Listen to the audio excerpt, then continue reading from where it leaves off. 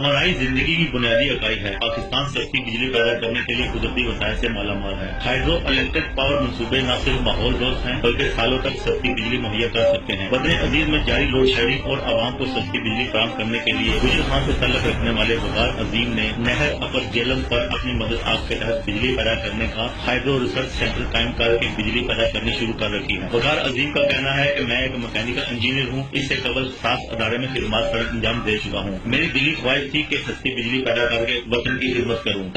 جہاں جہاں پہ بھی پانی سے بجلی تیار ہو رہی ہے وہ اس کی کاسٹ لگ بھگ 50 پیسے یونٹ ہے، اور لیکن یہ ہے کہ یہ ایک دفعہ خرچہ ہے، باقی ریپیئرنگ کے خرچے ہیں۔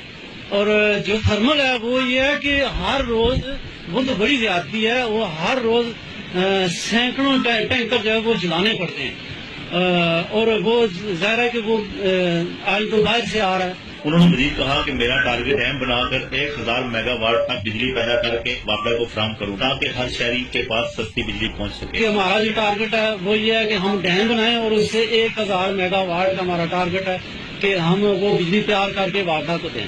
وقار عظیم کا یہ دعویٰ ہے کہ اگر حکومتی سرپرستی ان کے سر پر ہو تو وہ 50 پیسے فی یونٹ بجلی فراہم کر سکتے ہیں۔ کیمرہ مین مظہر کے ساتھ عامر کیانی، نیوز 1 جیلم۔